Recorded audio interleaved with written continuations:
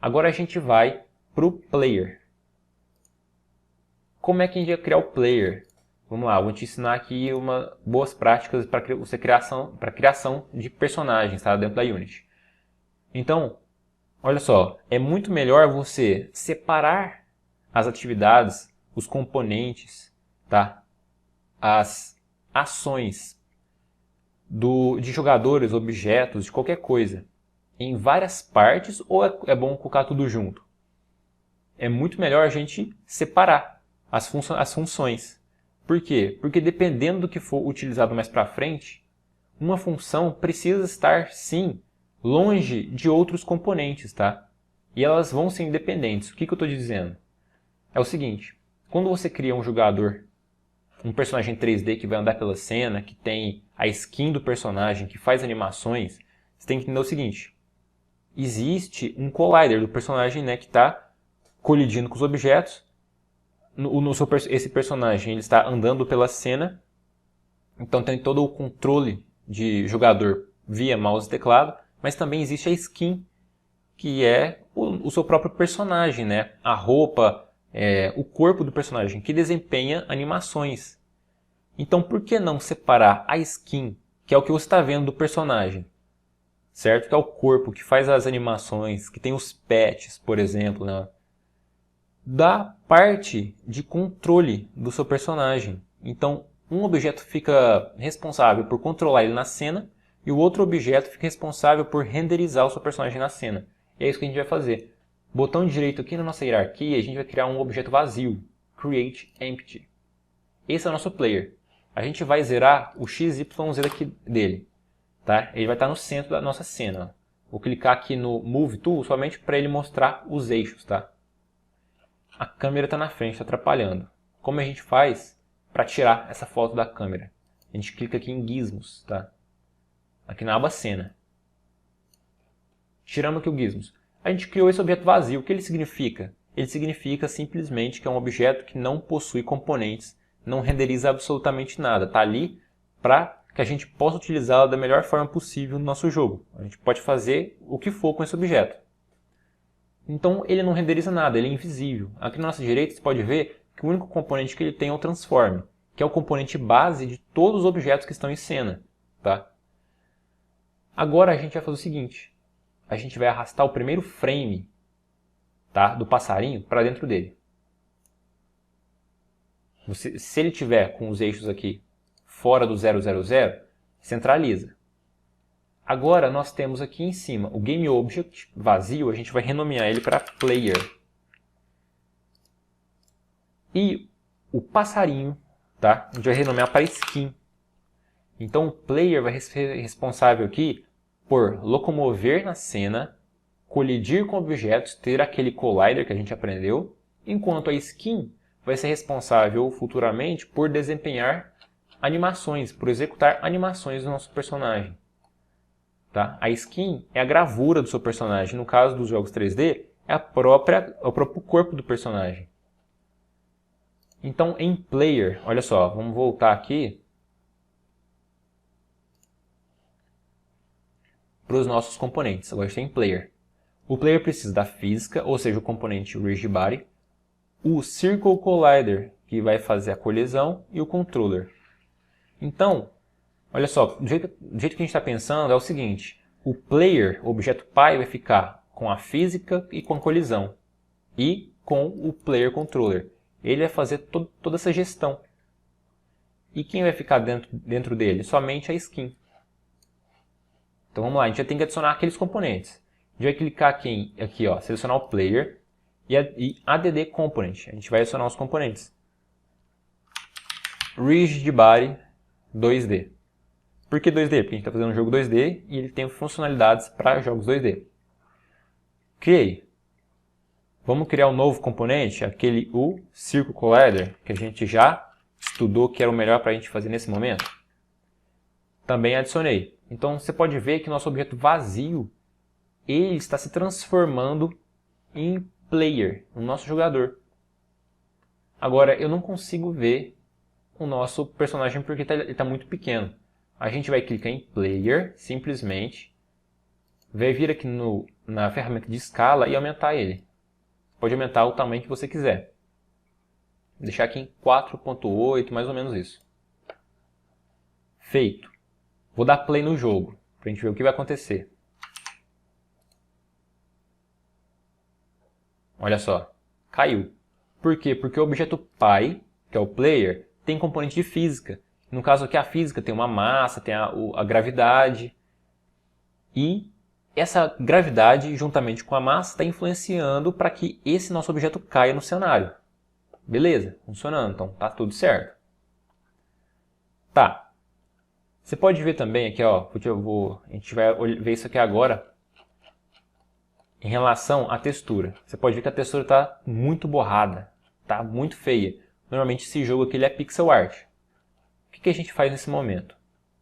Você vai selecionar o seguinte, todas as texturas aqui, ó. Clica na primeira com Shift, clica na última. Selecionou todas os nossos sprites ao mesmo tempo.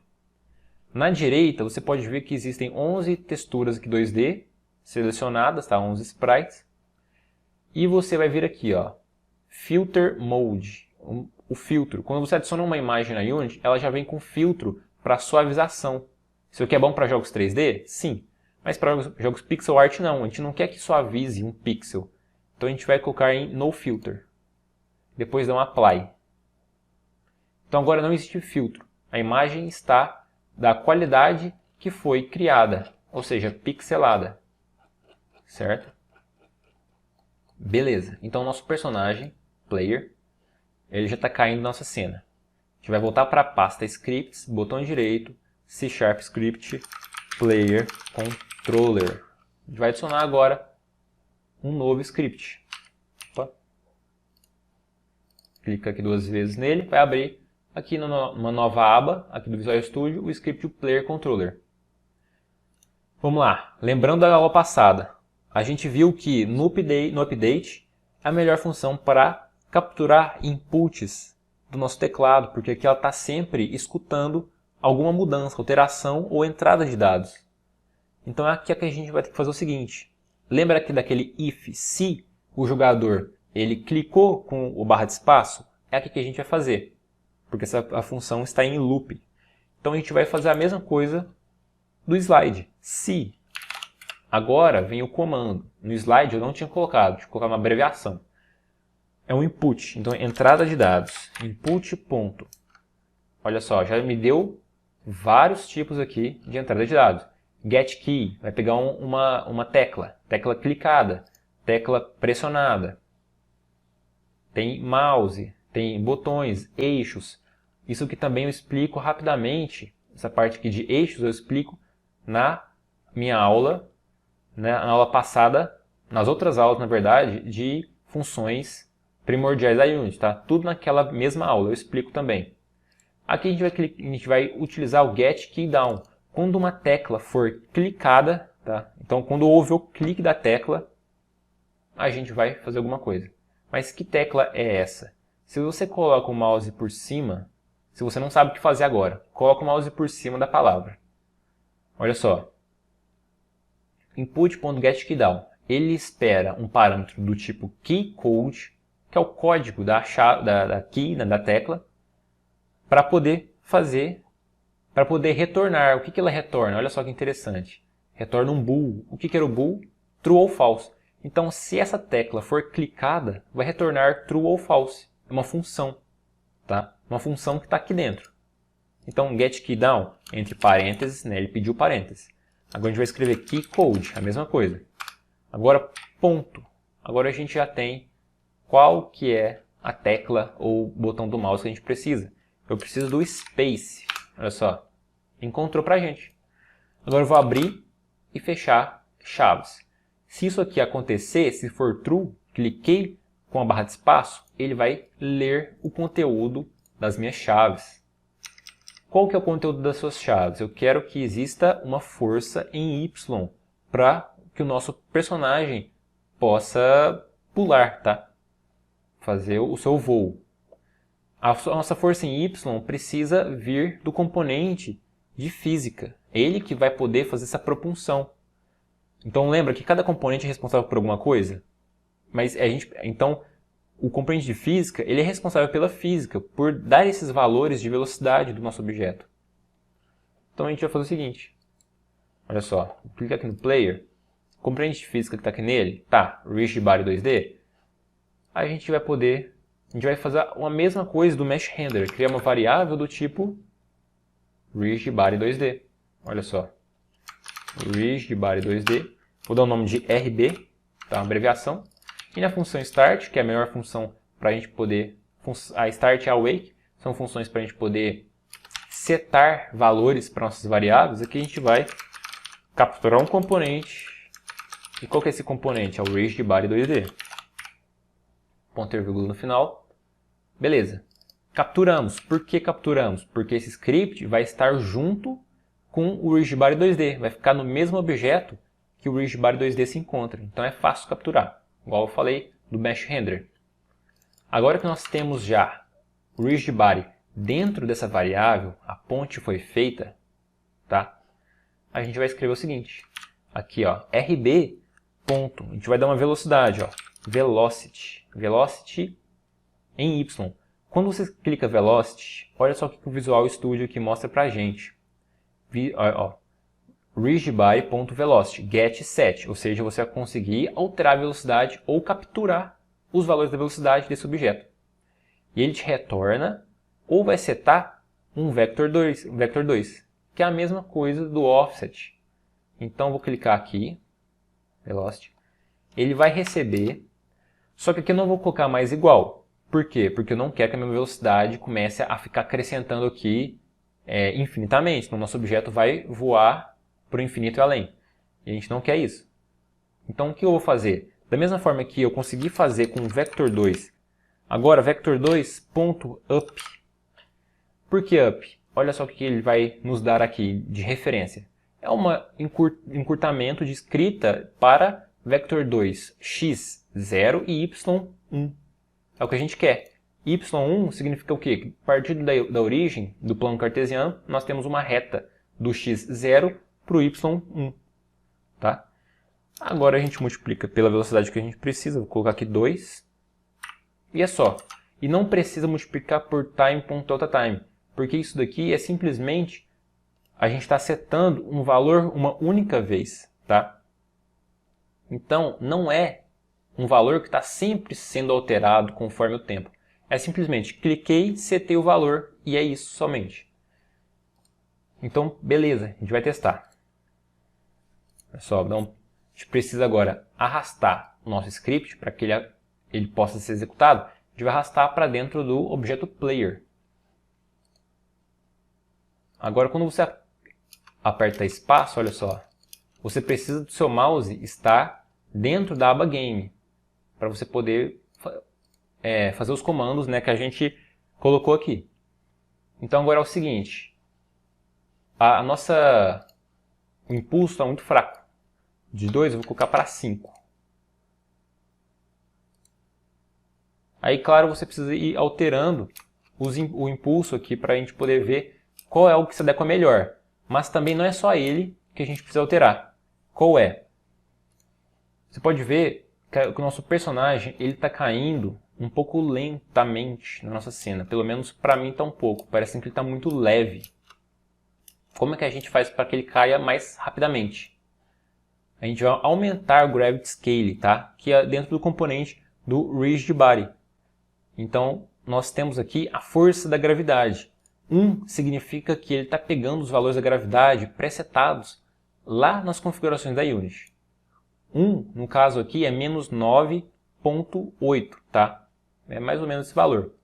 Então, se 1 significa que é menos 9.98, eu quero que seja 1.5. Aí vai multiplicar mais a metade, né? 9.98.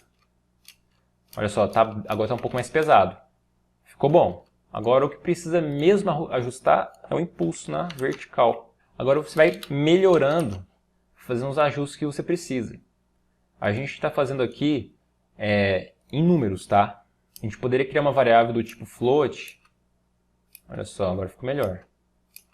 Aí, claro, você vai ajustar, dependendo do seu jogo, colocar ele mais leve ou mais pesado. Tá? Certo. Outra coisa, ó, rapidamente. a variável aqui, ó, a gente está setando 8. Mas se eu fizer o seguinte, public float jump. Public float jump. E aí eu vou colocar, em vez de 8, eu coloco jump. O que significa que eu vou fazer isso? Olha só. Salvei. Quando eu coloco public, significa o quê? Que a variável pode ser acessada de outros cérebros, outras classes. Mas também pode ser modificada no próprio editor. Olha só, jump é 0. A gente vai colocar um valor aqui para 10. Por quê? Porque agora a gente está multiplicando o vector 2 up por o valor de jump. E a gente pode ficar alterando aqui, ao invés de ficar voltando no script. Tá? Outra coisa rapidamente também para você entender. Não é muito bom você colocar variáveis como pública. Ou você deixa private, ou não deixa como nada, que o C# vai entender que é private. Mas isso aqui é mais para frente, tá? Isso não tem problema. Aí aqui em cima você coloca serializable field, que por mais que seja private, ou seja, uma coisa que está restrita, que não pode ser modificada, agora ela aparece no seu editor para você alterar. Por mais que seja privada a variável, tá vendo? Isso aqui é muito bom, isso aqui é uma boa prática de programação. Então beleza, nosso personagem está pulando, está funcionando perfeitamente, por enquanto. Agora a gente precisa adicionar os pipes, que são os encanamentos. Então vamos lá. O encanamento é o seguinte, ele vai ser instanciado na nossa cena. A gente vai criar um encanamento e ele vai ser multiplicado. A gente vai fazer com que 1 seja a matriz. E depois disso, a gente vai poder pegar dessa matriz e replicar na nossa cena. Então, botão direito, create empty. De novo, novamente. A gente vai escrever aqui pipe. A gente vai zerar o XYZ dele. Tá? Vou deixar nosso player um pouquinho mais para a esquerda, para a gente poder ver aqui melhor. Certo. Aqui a gente vai ter que fazer o seguinte. A gente vai vir aqui em pack. Olha só. Ele já está aqui, o pipe. O que a gente vai fazer? A gente vai arrastá-lo para dentro da nossa cena e já para dentro do objeto pipe. Lembrando que, como eu arrastei ele aqui, acabei de pegá-lo ele de fora, eu preciso tirar o filtro dele também. Então ele está aqui já centralizado, tá vendo? Vou colocar aqui como skin. Skin 1. Agora eu vou aumentar esse objeto pipe. Pode ser o objeto, não tem problema. Eu vou colocar aqui o tamanho do encanamento que precisa ser. Vou colocar desse tamanho. Depois que eu aumentei o objeto, vou voltar para a skin. Uma técnica aqui para a gente poder alinhar direitinho é você clicar aqui no pipe, olha só, e em pivô, que é as configurações da nossa cena, colocar em top e aplicar. Agora, quando a gente clicar no nosso objeto pipe, na skin, né, na verdade, a gente vai ver que o centro dela está na borda, na ponta de cima. Agora eu vou colocar Y0. Olha só que legal. Y0 está bem no centro do nosso objeto pipe. E eu vou dar um Ctrl+C, Ctrl+V na skin. E vou renomear para skin 2. Agora, eu sei que o Z é rotação para jogos 2D. Eu vou colocar 180 graus. Beleza. Agora eu vou arrastar. Como é que eu posso fazer isso? Se você segurar o Ctrl, você consegue arrastar em determinados espaços. Tá vendo? Intervalos. Então, o de cima fica em 0.287 no Y e o de baixo menos 0.287. Segurando o Ctrl, você consegue fazer isso. Ajustar em intervalos já pré-definidos de espaço. Agora, se você percebeu, os dois encanamentos compõem o pipe.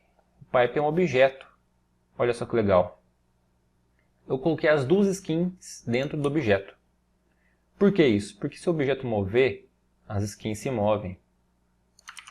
Certo? Agora, eu preciso de fazer as colisões. Como é que eu faço isso?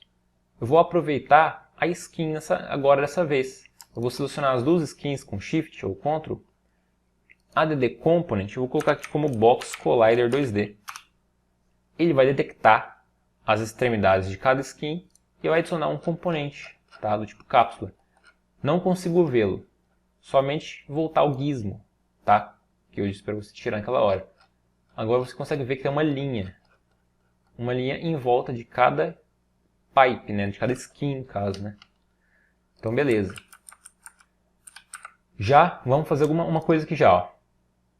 O nosso player ele não pode colidir com quem? Com objetos que tem alguma determinada um determinado nome, por exemplo, ou uma tag. Por quê? Porque existirão vários desses na nossa cena. Então, se a gente colocar uma etiqueta nos mesmos objetos, nesse objeto, né, todos esses encanamentos que aparecerem na nossa cena vão ter uma mesma etiqueta. A etiqueta de pipe, por exemplo. O que a gente precisa fazer? Selecionei as duas skins. Vou vir aqui em tag, que é a etiqueta. Olha só, eu já tenho aqui predefinido o pipe que eu criei, tá? Mas você vai fazer o seguinte, add tag, aqui em tags, no mais, e escrever pipe, que é o encanamento. Depois disso você tem que voltar nas duas skins, selecionar tag e pipe. Agora, os dois colliders, as duas skins, têm a mesma tag.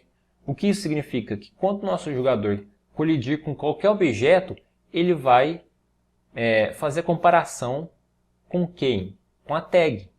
Agora fica fácil de saber se ele colidiu com objetos do tipo pipe, com a tag pipe. Tá? Beleza. Então, a gente precisa agora fazer o script para que esse encanamento consiga andar da direita para a esquerda. Então, vou fazer aqui um C#, botão direito, create, C#, pipe controller. Então, é os controladores, tá vendo? Cada um tem um controlador. Olha, ele não abriu. Vou abrir de novo aqui. Aí a gente vai fazer a mesma coisa do que a gente fez para o nosso background, né? No caso aqui o background ele corre, mas a gente está usando textura. Aqui a gente vai correr na posição do nosso objeto. Então olha só, pipe é um objeto, ele é vazio, tudo bem, mas ele tem o seu componente essencial que é o transform, que tem o eixo X. E agora é esse eixo X que a gente precisa alterar. Simplesmente isso. Outra coisa também que eu também tenho certeza que você percebeu é que o jogador vai ficar parado o tempo todo. Então quem é que anda? Ninguém anda na nossa cena. Somente, né, os obstáculos que andam da direita para a esquerda. Então isso aqui é uma coisa bem legal também que a gente fica sabendo, né, quando a gente vai criar nossos jogos. As maneiras da gente poder simplificar o nosso jogo sem que o nosso jogador saiba. Então vamos lá, update novamente. Agora a gente precisa alterar a posição. Vou escrever transform, que é o nosso componente, ponto position, é a posição. Simplesmente isso. Se você deixa aqui position selecionado, você vai ver que é um vetor 3, tá? X, Y, Z. Por mais que o nosso jogo não tenha eixo, o Z, que é de profundidade, de posição no caso, tá? Não é rotação, é posição. A gente precisa ainda assim um vetor 3. Então a gente vai fazer o seguinte, que a minha posição de agora é ela mais... Agora eu vou fazer o seguinte, vector 3, vou dar uma direção para ela novamente. Vector 3.right, para a direita. Só que não é para a direita, no caso, é para a esquerda. Então se eu colocar aqui menos 1, multiplicado pelo tempo, será que funciona? Porque se 1 vai para a direita, o menos 1, consequentemente, altera os valores de x para o lado oposto. Agora eu vou colocar pipe controller dentro do nosso objeto pipe. Vamos ver se vai funcionar. Funcionando. Perfeitamente. Tá lento? Tá, mas está funcionando. Pode criar uma variável também para melhorar, para você poder alterar também a velocidade pela variável. Vou colocar aqui como 2.5f de float. Vamos ver se já vai ficar um valor bom. Ficou bom. Beleza. Você pode ver que o nosso player também colidiu com o pipe e o player foi arremessado para a esquerda. Normal. Tem física, né? Tá normal. Vamos deixar dessa forma aqui por enquanto. Certo. Agora está funcionando. Vou dar o play aqui novamente, para a gente ver. Olha só. O nosso player está agarrando aonde? Em algum lugar da nossa cena. Por quê? Quando a gente criou o player, olha só. Agora a gente está conseguindo ver o collider do player. Tá? Porque a gente habilitou gizmos novamente. O collider do player está muito grande. Por quê? Porque a gente aumentou a escala do objeto. Não tem problema. A gente vai vir aqui no Circle Collider 2D e diminuir o valor aqui do raio. Deixar em 0.06. Agora sim. Antes ele estava sendo arrastado. Né? Olha só, vou fazer o mesmo percurso de um jogador comum. Vou deixar o passarinho em cima do pipe. Olha lá, eu deixei. Está colidindo. Beleza. Você pode ver também que no final o passarinho deu uma rotacionada, uma entortada. Por quê? Porque é a física mesmo. Olha só, vou dar o play mais uma vez, para a gente já solucionar esse problema que vai ter. Olha só. Agora eu vou tentar puxar o passarinho para cima de volta. Olha só ele ali. Ele está rotacionando, tá vendo? É normal, porque é esférico. A colisão, juntamente com a física, ele está rotacionando. Eu não quero que ele rotacione. Então a gente vai vir aqui em Rigid Body 2D, Constraints, frisar a rotação em Z. A partir de agora, ele sempre vai ficar travado nessa rotação. Tá? Nesse caso aqui é bom. A gente deixa dessa forma. Agora a gente pode já passar para fazer o spawn de pipes. Certo?